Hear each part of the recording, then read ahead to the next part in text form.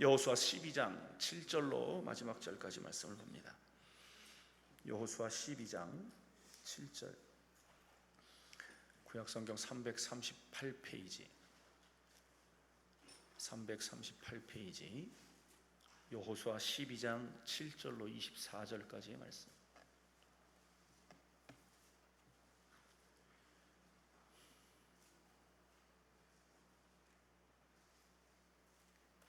여호수아 12장 7절로 24절.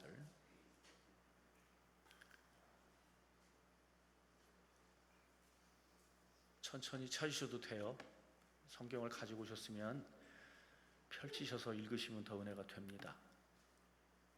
여호수아 12장 7절로 24절. 다 함께 우리 큰 목소리로 합독합니다. 여호수아와 이스라엘 자손이 요단 이편 곧 서쪽 레바논 골짜기의 바알갓에서부터 세일로 올라가는 곧 한락산까지 쳐서 멸한 그 땅의 왕들은 이러하니라. 그 땅을 여호수아가 이스라엘의 지파들에게 구분에 따라 소유로 주었으니 곧 산지와 평지와 아라바와 경사지와 광야와 네겝 곧 헷 족속과 아모리 족속과 가나안 족속과 브리스 족속과 히위 족속과 여부스 족속의 땅이라. 하나는 요르의 왕이요 하나는 베델 곁의 아이 왕이요 하나는 예루살렘 왕이요 하나는 헤브론 왕이요 하나는 야르뭇 왕이요 하나는 라기스 왕이요 하나는 에글론 왕이요 하나는 게셀 왕이요 하나는 드빌 왕이요 하나는 게델 왕이요 하나는 호르마 왕이요 하나는 아랏 왕이요 하나는 림나 왕이요 하나는 아둘람 왕이요 하나는 막게다 왕이요 하나는 베델 왕이요 하나는 답부아 왕이요 하나는 헤벨 왕이요 하나는 아벡 왕이요 하나는 라사룬 왕이요 하나는 마돈 왕이요 하나는 하솔 왕이요 하나는 시브론 무론 왕이요 하나는 악삽 왕이요 하나는 다낙 왕이요 하나는 무깃도 왕이요 하나는 게데스 왕이요 하나는 갈멜의 녹대암 왕이요 하나는 돌의 높은 곳의 돌 왕이요 하나는 길갈의 고임 왕이요 하나는 디르사 왕이라 모두 31 왕이었더라. 아멘. 안산시 단원구에 위치한 안산 빛락교회 유재명 목사님이십니다. 오늘 본문을 중심으로 가나안 정복 전쟁에 담긴 은혜라고 하는 제목으로 말씀을 증거하실 때 응답의 시간 되시길 주의 이름으로 축원합니다. 목사님 나오실 때 할렐루야로 하나님께 영광의 박수를 드립니다. 할렐루야. 기도하겠습니다. 하나님 고맙습니다.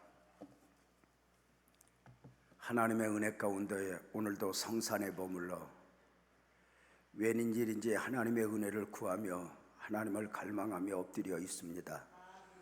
어떤 이는 금식하며 질병과 싸우고 있고, 어떤 이는 가정의 사업장에 드리워진 거대한 먹구름을 이겨내기를 원하며 갈망하며 기도하고 있습니다.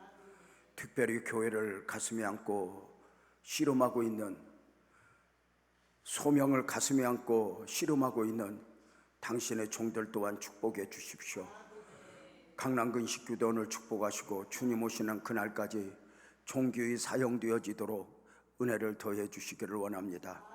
이곳 울타리가 복되게 하사 이 울타리에 넘어오는 이들마다 주님을 만나게 하시고 응답받고 축복받게 하시고 해결받는 놀라운 역사가 있게 하여 주십시오. 먼저 예물을 드린 손길들이 있습니다. 한 이름 한 이름 호명하지 않아도 아시는 줄로 믿사오니 저들의 가정, 직장, 사업장, 일터 주의 복을 더하여 주십시오. 연약한 종 십자가 뒤에 감추시고 말씀이 말씀되기를 소망하며 예수님의 이름으로 축복 기도하옵나이다. 아멘.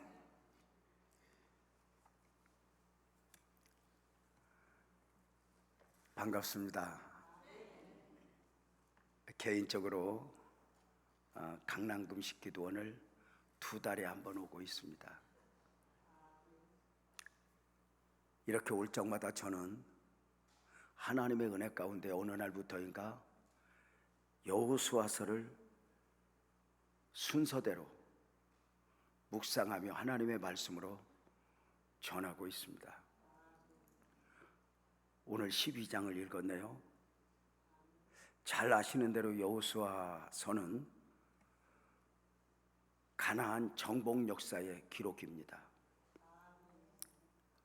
모세가 죽고 모세의 시종이었던 여호수아가 이스라엘의 영도자가 되어 가나안 정복전쟁 그 사명을 감당한 기록이 바로 여호수아서입니다.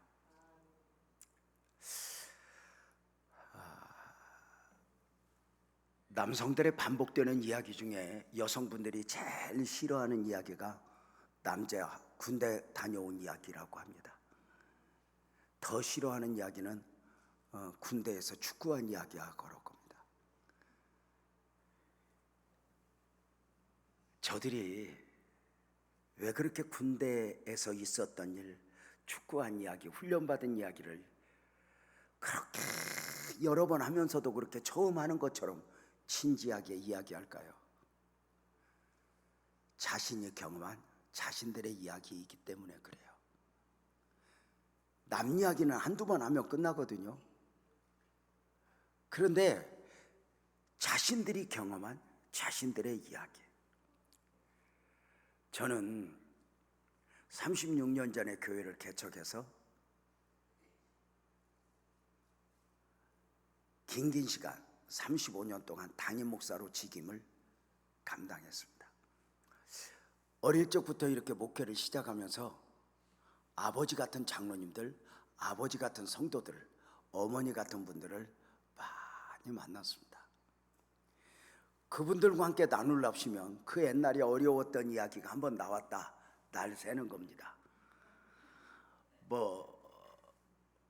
풀뿌리 드셨던 이야기, 나무 껍질 벗겨 먹었던 이야기, 이런 이야기, 또는 6.25 전쟁 때 이야기, 그러면서 꼭 하는 말이 있어. 목사님은 모를 거요, 이런 거야. 그게 한두 번 하신 것도 아닌데 어쩌면 그렇게 하실 때처럼 진지하게 이야기하는지. 왜요? 자신들이 경험한 자신들의 이야기니까.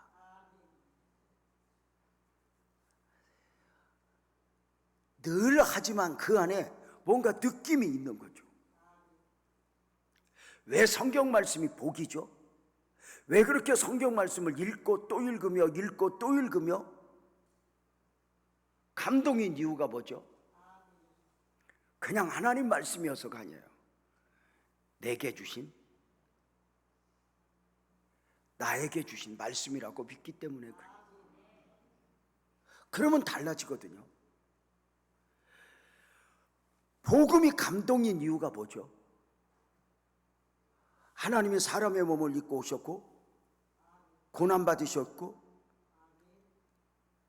십자가를 지으셨고 죽으셨고 부활하셨고 승천하셨다가 다시 오실 것이다. 이 복음이 감동인 이유가 뭐죠?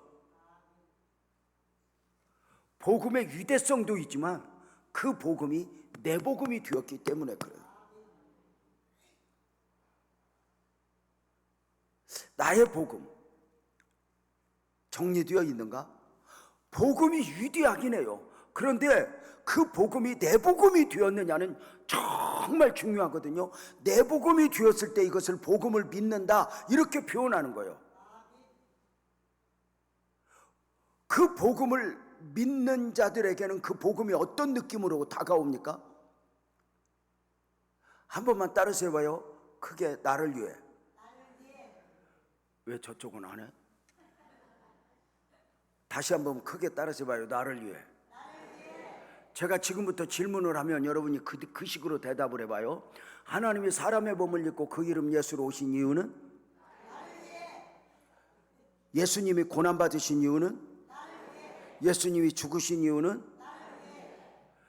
예수님이 무덤을 열고 부활하신 이유는? 승천하셨다가 부활하신 예수님이 마지막 날 다시 오실 이유는? 나를 위해 오신 주님. 그 복음이 내 복음이게. 그 복음이 감동인 이유거든요. 오늘 여호수아 12장을 읽었어요.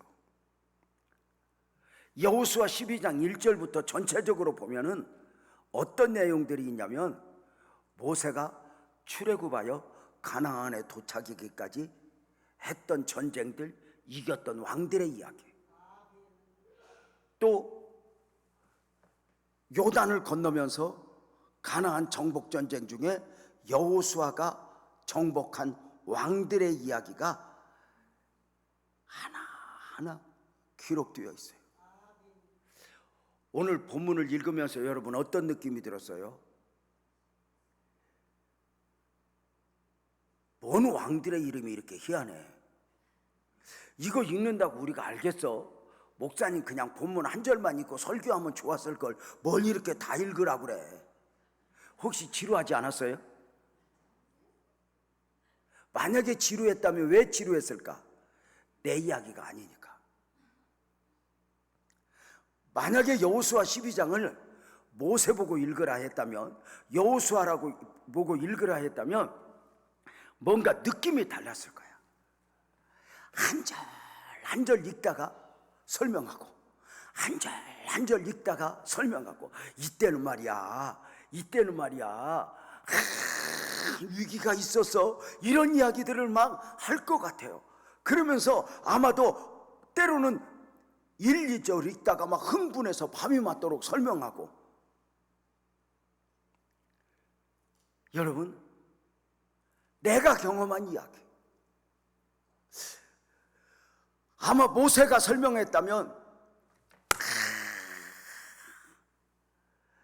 애굽의 바로와 싸웠던 10가지 재앙으로 전쟁했던 이야기, 홍해를 건넜던 이야기, 마라의 스물 이야기, 그리고 첫 번째 외부에 저 아말렉을 만났을 때 여호수아를 전쟁터에 내보내고 산꼭대기에 올라가서 두 손을 들고 기도했던 이야기를 하나하나 하면은 어쩌면 모세는 그 이야기들 하면서 날밤을 샜을 거야. 여호수아 보고 이 성경을 읽으라고 하면 가나안 정복 중에 있었던 이야기 얼마나 막 리얼하게 설명을 했겠어. 아, 나 모세가 죽었을 때 깜짝 놀랐어. 아니, 내가 그냥 나는 모세의 시종으로 그 사명 다 하려고 했는데 나보고 영도자의 사명을 감당하라는 거야. 두려웠지. 하나님이 직임을 맡기긴 했지만 저 60만이 나를 지도자로 인정을 할까?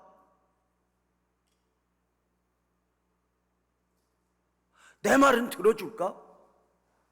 모세를 향해서 또 돌을 던졌던 저들이 내 말을 따라줄까? 한 이야기 한 이야기.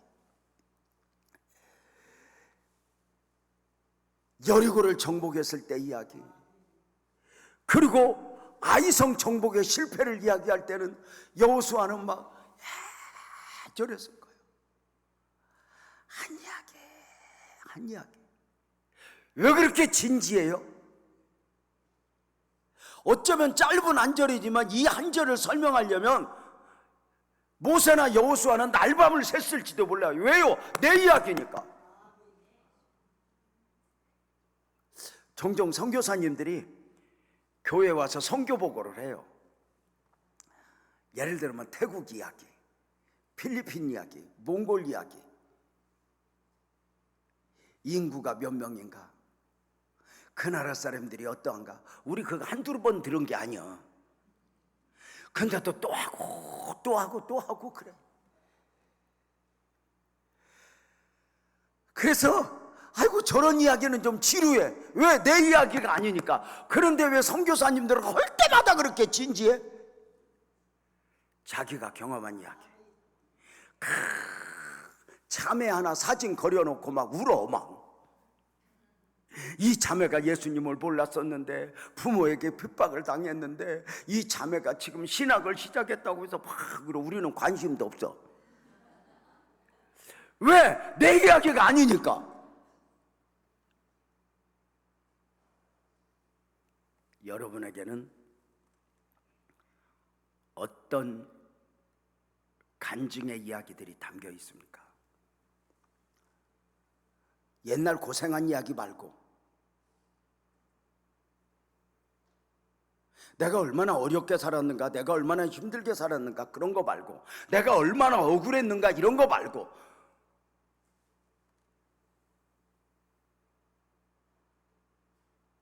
그 삶에 담겨진 하나님의 이야기. 이런 이야기들이 여러분에게는 있습니까? 누구의 이야기 말고, 누구의 하나님 말고 내 하나님, 내 이야기. 저는 36년 전에 교회를 개척해서 담임 목사로 35년을 섬기고 이제 은퇴를 했어요. 제가 젊은 원로 목사 아니야. 참 하나님께 감사해. 근데 은퇴하고 알았어. 왜 그렇게 원로 목사님들이 설교가 길어지는가?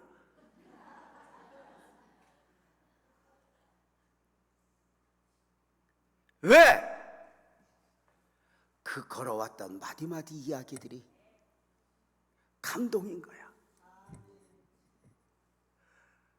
그래서 저도 아직 이제 은퇴한 지 2년 좀 안 되었기 때문에 어디 가서 설교하면 제 1원칙이 있어.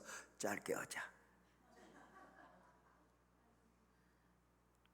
그런데 분명한 것은 날 보고 밤이 맞도록 목회 이야기를 하려도 할 것 같아.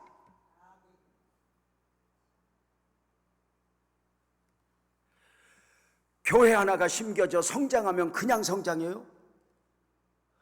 목사 하나가 여러분 목사가 되고 목사가 목사로 살아가는데 그 과정이 그냥 있어요? 여러분 유명한 이야기가 있잖아요. 사울이 바울 되는 것보다 바울이 바울다워지는 것이 힘들다고. 시몬이 베드로 되는 것보다 베드로가 베드로다워지는 것이 힘들다고. 목사로 살아보니까 목사가 되는 것보다, 목사가 되기까지보다 목사다운 목사로 살아내는 게 이게 너무 힘든 거예요.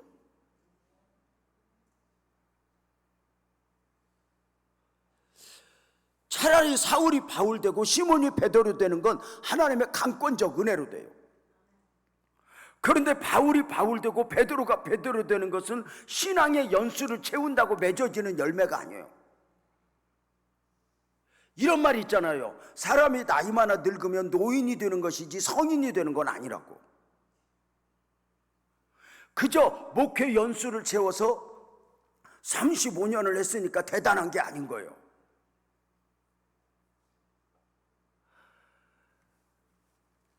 사울이 바울 되는 건 강권적인 하나님의 은혜지만 바울이 바울 되는 건 처절한 영적 싸움이에요. 제가 어느 날 목사가 되었어요. 내가 목사가 된 것은 재주가 있어서 똑똑해서 목사가 됐어. 은혜야. 은혜야. 그런데 목사다운 목사는 저절로 시간이 간다고 맺어지는 게 아니에요. 얼마나 처절한 영적 싸움이 있어야 되는지 몰라요.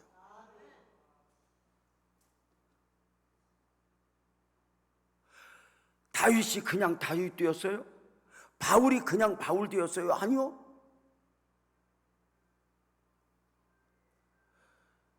이제 종종 이렇게 교회들 예배 인도하러 많이 가요. 거의 매주 가요. 제가 이제 철들었나 봐요. 전에는 교회 가면 보이는 것만 봤어요. 교회가 크다, 작다, 교회 장소가 어떠한가, 구성원들은 어떠한가 보이는 것만 봤어요. 근데 어느 순간 이제 철들었는지 보이지 않는 게 보여요. 교회가 여기까지 오는 동안 목사님은 몇 번이나 죽었다 살아났을까? 사모님은 몇 번이나 도망가고 싶었을까? 교회가 여기까지 오는 동안 하나님은 누구의 헌신을 통해서 이 일들을 이루셨나 생각하면 그 한 교회 한 교회가 너무너무 소중한 거야. 목사가 마음에 드냐 안 드냐, 뭐 구성원들이 마음에 드냐 안 드냐, 이건 유치한 거고 그 한 교회가 한 교회가 그렇게 귀한 거야. 그 안에 담겨진 일들이, 이야기들이 얼마나 소중해.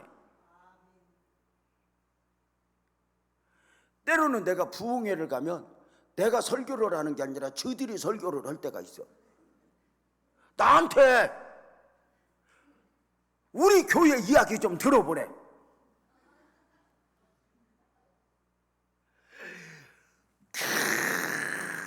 어떻게 개척했는가, 시험을 어떻게 이겼는가 막 이야기를 하는데 그 선이 있잖아. 적당히 해야지. 이제 너무 시간이 지나. 여러분 대표기도도 그러잖아. 장로님이 대표기도 할 때 봐. 2분까지가 마지노선이야. 그때부터는 2분까지는 아멘해. 아멘, 아멘, 아멘 하다 2분 넘어 3분 넘어가면 너 알아서 해라. 언제 끝날란가 시계도 봐. 이렇게.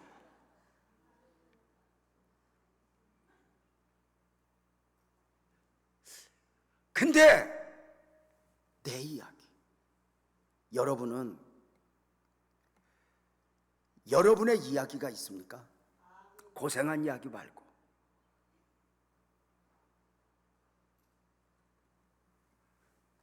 믿음을 지킨 이야기, 억울했지만 손해보았지만 하나님을 의지하고 몸부림쳤던 이야기,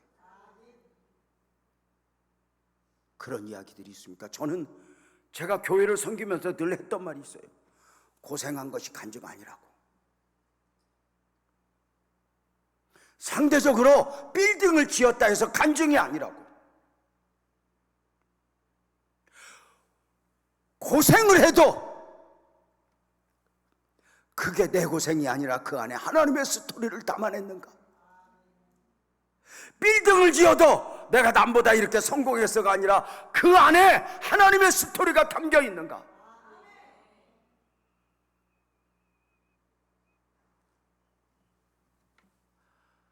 여호수아 12장 이런 승리의 기록들을 읽으면서 오늘 우리가 배우는 영적 교훈이 뭘까요? 하나님은 보고 계신다는 것이요, 기억하신다는 것이요, 기록한다는 것.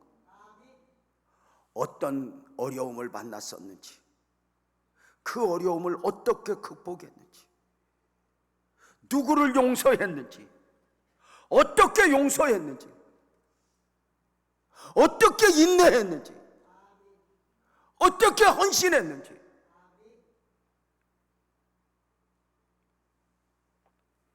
교회를 개척해서 35년을 섬기면서 초창기 모든 것을 쏟아 헌신했던 성도들을 보면 지금도 눈물이 나. 그냥 때로는 인간적일 때가 있어. 교회만 아니었으면 지금 저 사람들은 훨씬 잘 살았을 거야. 그런데 우리 교인들이 날 보고 그랬거든. 목사님, 하여튼 우리가 돈 모으는 꼴을 못 본다고. 적금 탈 때 되면 지랄하고 교회 땅을 사고, 이제 좀 집 한 채 살까 하면 성전이 먼저라 그러고. 교회는 그렇게 성도들의 땀, 헌신, 피와 눈물을 받고 자라는 게 교회야. 그냥 교회 크게 지어서, 물론 이것도 교회, 그 안에 담겨진 하나님의 이야기들 하나하나 눈물이.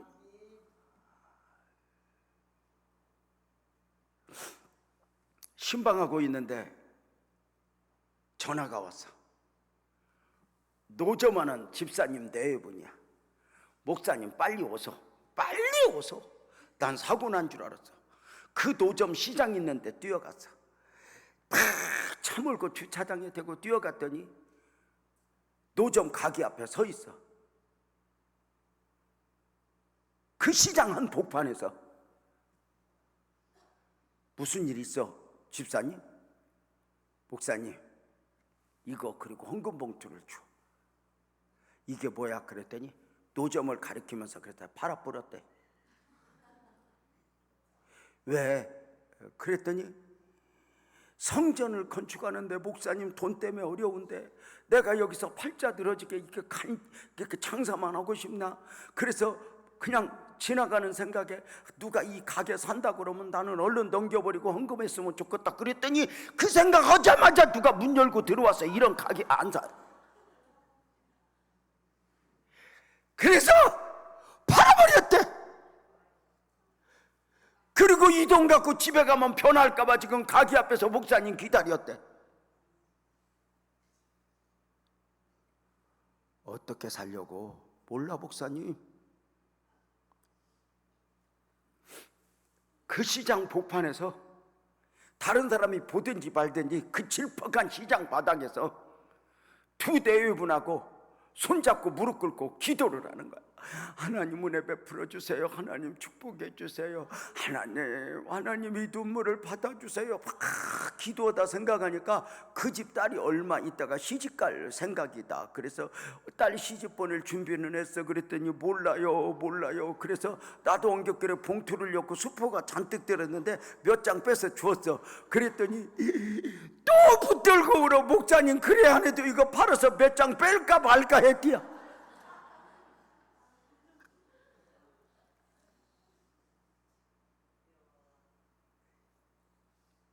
그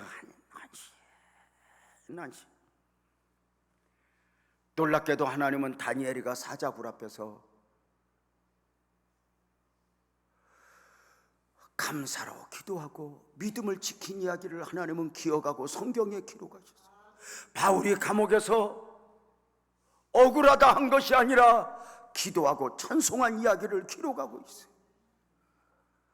하나님은 아브라함이 이해할 수 없는 하나님의 요구 앞에 미련 없이 아들 이삭을 번제로 드렸던 이야기가 소개되고 있어요.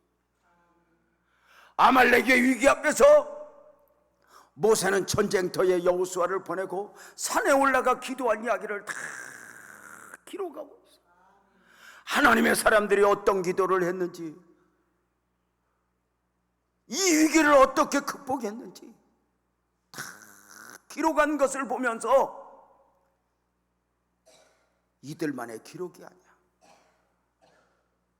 하나님도 나를 주목하시고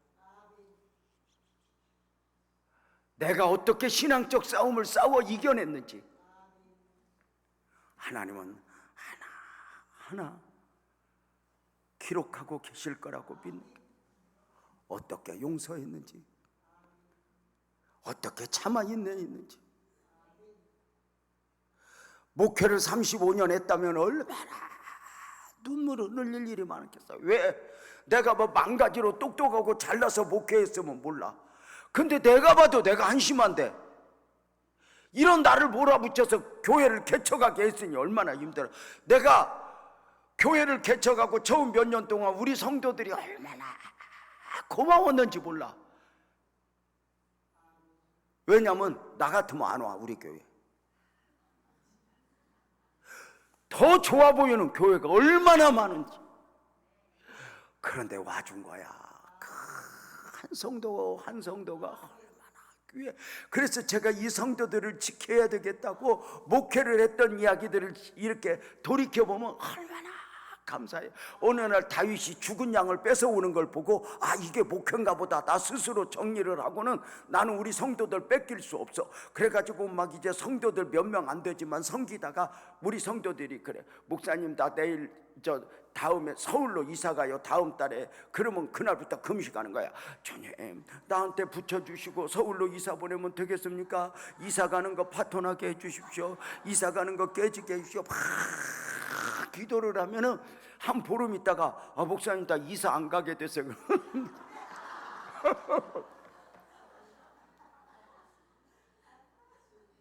진짜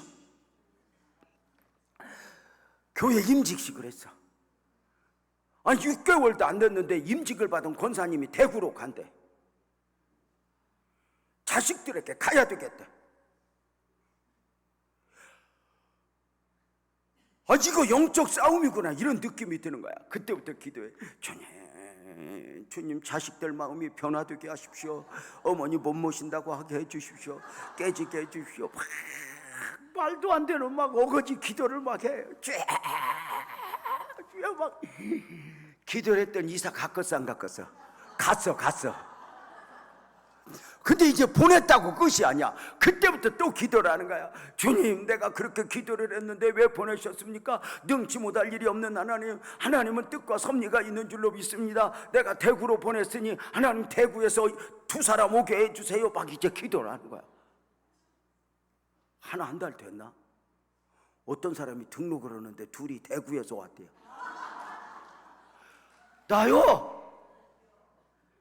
기절을 보냈어. 기절을 보냈어. 전주에서 왔으면 내가 안 놀래.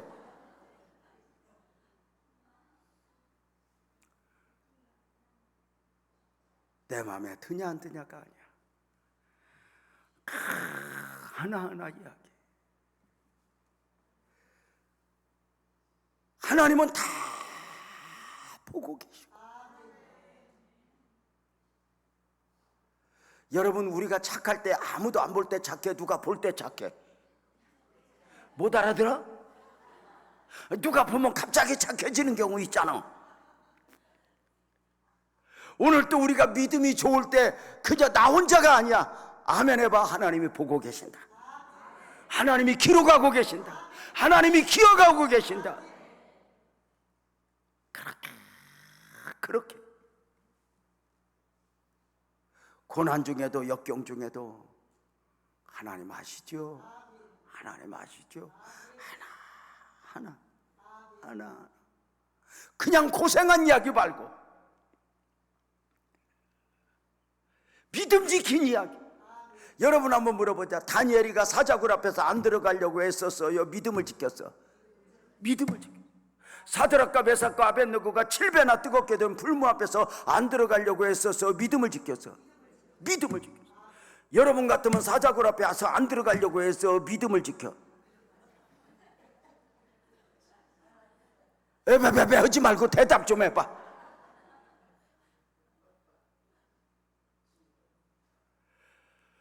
왜 다니엘은 사자굴 앞에서 안 들어가려고 애쓴 것이 아니라 믿음을 지켰을까?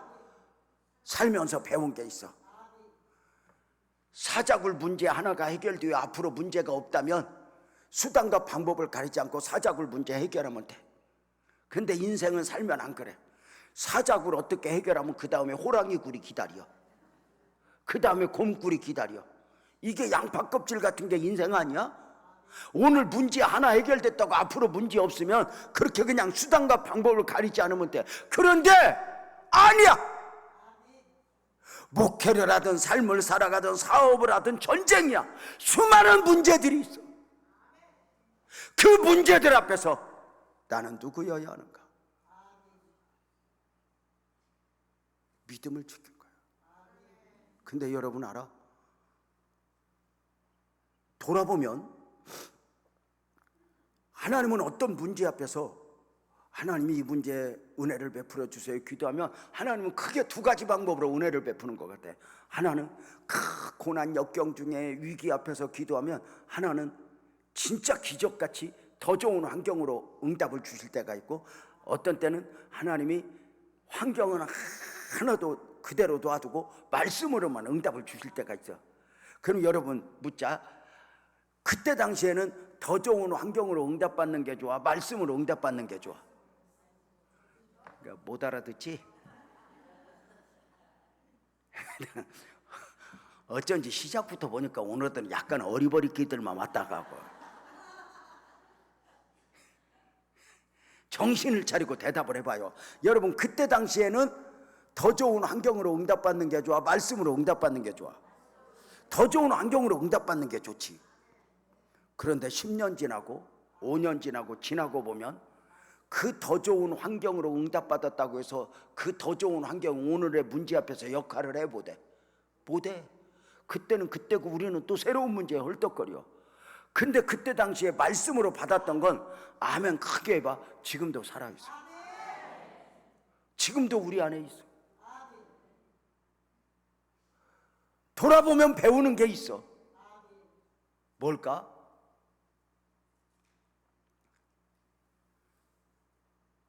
돌아보면 부끄러웠던 기억도 있고 감사했던 기억도 있는데,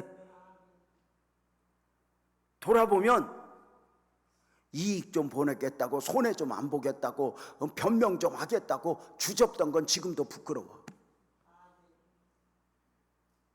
근데 억울하지만 손해봤지만 믿음으로 반응하고 믿음을 지켰던 것은 동의하면 아멘 해봐. 지금도 여기까지 와.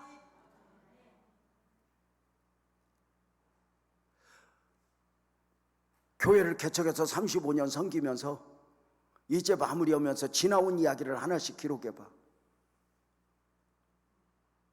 돌아보면 한때 똑똑한 척하고 아는 척하고 누구 이겨먹고 설득했던 건 지금도 부끄러워. 내려놓았는데, 억울하지만 하나님 보았는데, 지금 돌이켜보면 다 그게 은혜야. 우리는 아브라함 이야기를 읽어, 여호수아 이야기를 읽어. 여러분의 이야기는 어떻게 기록되었으면 좋겠어요?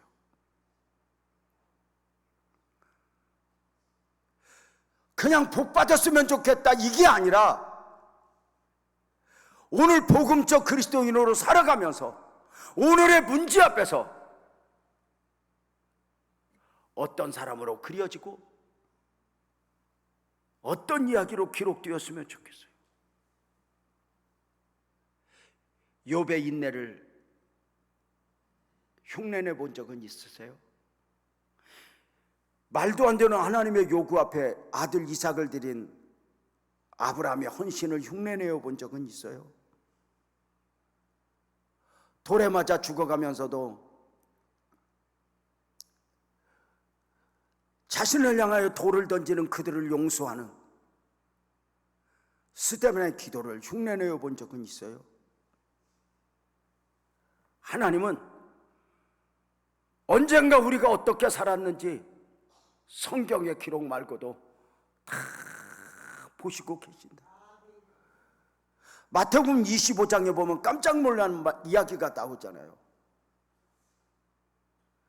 너희가 내가 배고팠을 때에 먹을 것을 주지 않았고 내가 목말랐을 때에 물을 주지 않았다. 상대적으로 너희가 내가 배고팠을 때에 먹을 것을 주었고 내가 목말랐을 때 마실 것을 주었다. 그들이 물어요. 우리가 언제요?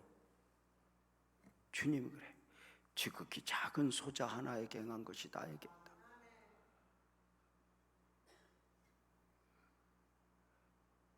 오늘은 여러분은 어떤 기도 제목을 가지고 성산에 올라오셨어요?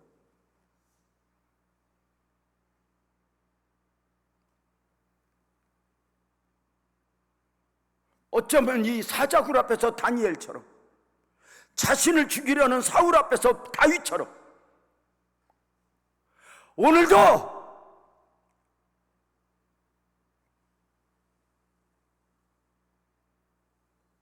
내 앞에 직면해 있는 일들 앞에서 하나님이 보고 계신다.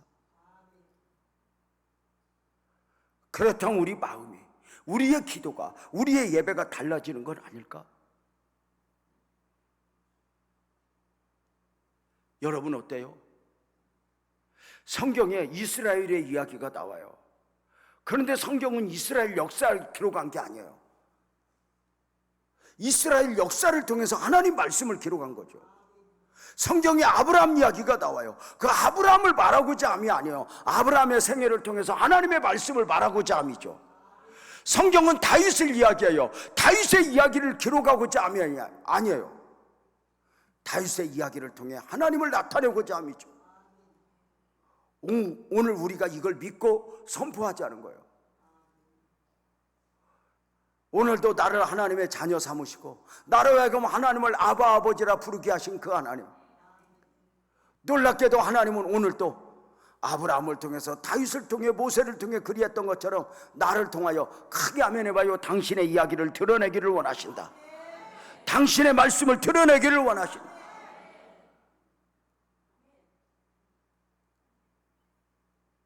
그거 대단한 거 아니에요? 때로는 얼마나 하나님은 이해할 수 없는 가운데 당신의 방식대로 이렇게 반응하게 하시는, 말씀드렸잖아요. 제가 목회를 35년 정도 했다고요. 하나님의 은혜죠. 나는 참 감사한 것 중에 하나가요, 목회 35년 하면서 너무 고마운 거 하나, 내 안에 미운 사람이 없어요. 아예 없는 줄 알았어.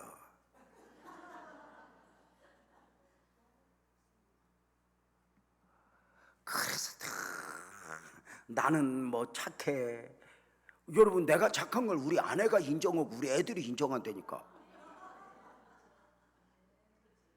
그래서 나도 이제 미운 사람이 없는 줄 알고 그날 어느 날 이제 우리 성도들에게 막 설교를 했어. 구정물통 같은 성도들이요, 여러분을 한번 흔들어 보면 뼈다구가 올라오고 막 찌꺼기가 올라오지 않습니까? 새해를 맞아야 되는데 이거 다 정리합시다. 그리고 새해를 맞읍시다. 이렇게 설교하고 보니까, 그리고 설교하고 내가 기도하는데 내 안에 찌꺼기가 보이는 거야. 미움의 찌꺼기.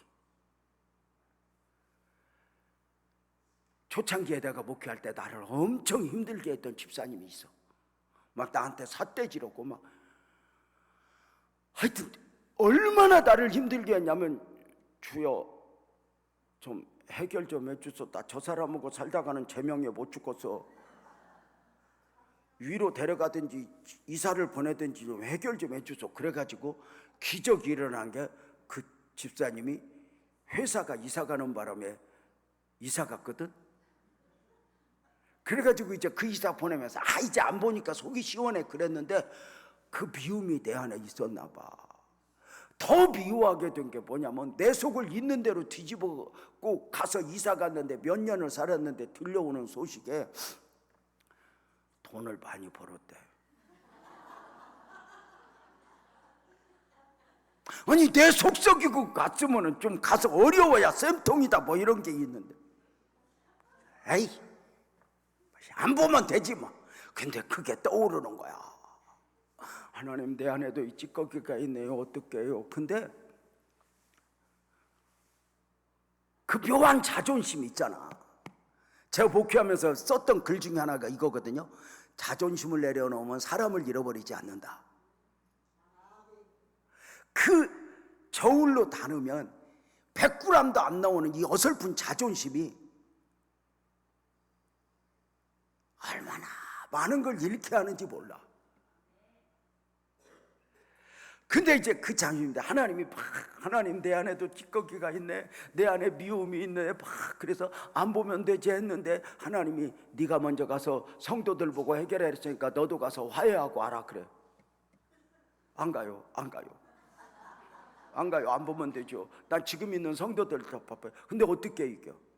내가 설교자로 살아가면서 어떻게 이겨? 그래가지고 이제 갔어. 아내하고 가서 집사님 가서 두드리고 안녕하세요 그랬더니, 그 얼굴 있잖아, 생뚱맞은 거, 웬일로 왔나 이런 거, 전혀 반가워하지 않는 표정이 있잖아. 그러니까 여러분, 상대적이야. 내가 그 사람에 대한 거부감이 그도 또한 있는 거야.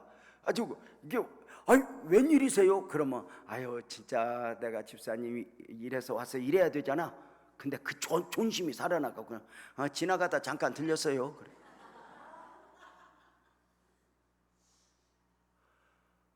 식사 시간 됐는데 밥 먹자 소리도 아니야.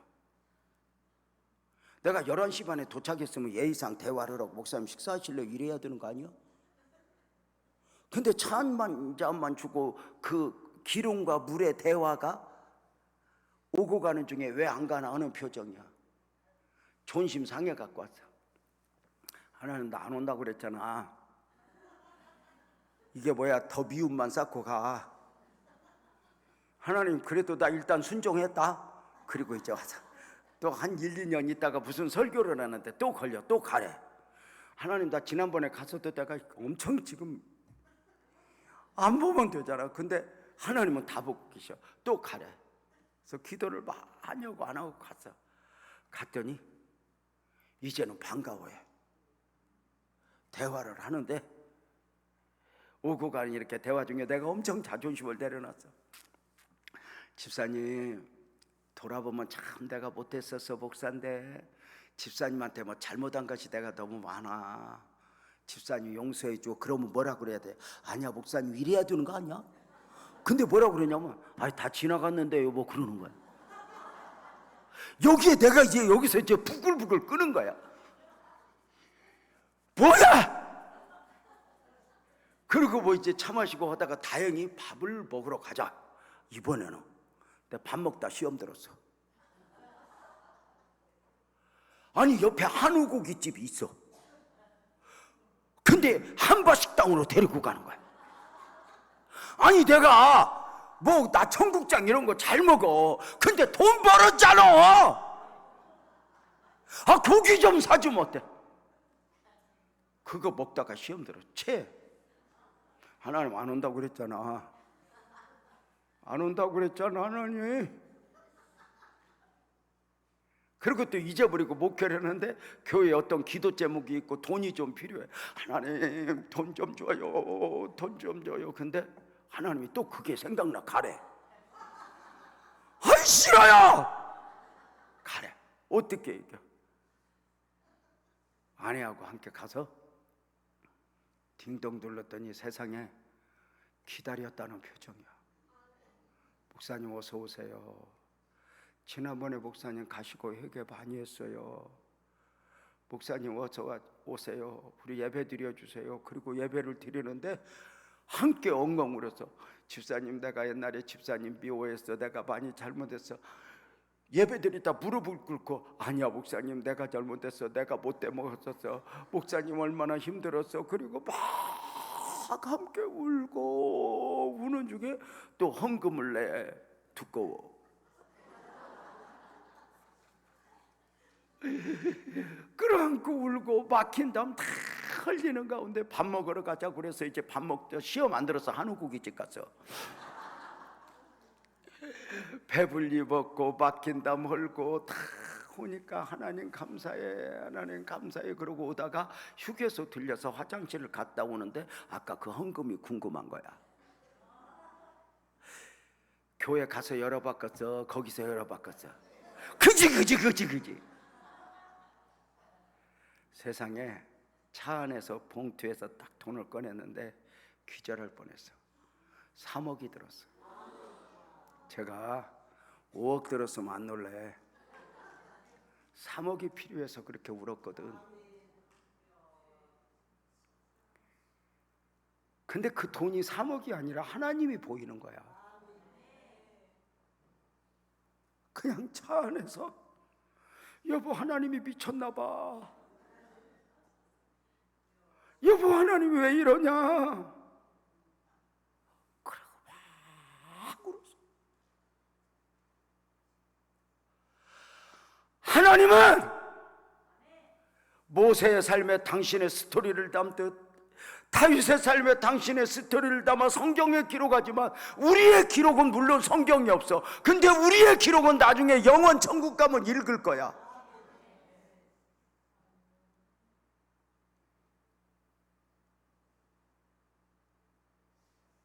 얼마나 울었나 몰라. 사랑하는 여러분, 우리 신앙적 삶을 한번 돌아봐. 단순히 고생만 했는가? 그 안에 하나님의 스토리를 담아냈는가?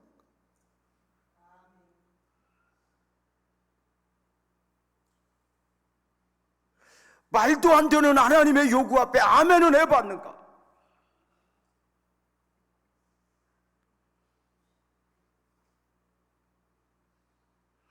돌아보면 믿음으로 산 것밖에 안 남아. 그리고 하나님은 시마다 때마다 모세를 통해서 당신의 이야기를 하시듯 내 삶을 통해서 오늘 하나님 자신을 나타내기를 원하시며, 어쩌면 여러분을 오늘 이 성산에 올라오게 하시고 이 말씀을 함께 묵상하게 하는 것 아닐까? 오늘 여호수아 12장을 읽으면서 느끼는 게 뭐예요? 잊기도 힘든 왕들의 이름, 성읍의 이름을 읽으면서 느끼는 게 뭐예요? 여호수아가 돌아보면서 기절을 해요. 왜? 그때 당시에는 언격결에 이겼는데 지금 와서 보니까 하나같이 내가 이길 수 있는 왕들이 아니었다는 거예요. 내가 감당했던 것이 아니었다. 이게 은혜 아닐까? 여러분, 여기 봐봐. 여러분은 지금까지 삶의 연수가 어떤지는 모르겠어요. 여기 보니까 70 넘은 분도 있고 80 넘은 분도 있고 60 넘은 분도 있고 또 그 아래 이렇게 느낌상 그런 경우도 있는데 몇 년을 살아오셨다. 여러분은 지나온 날 삶을 딱 돌아보면 고생한 게 보여? 은혜가 보여? 아니 생각 좀 하고 대답을 좀 해봐.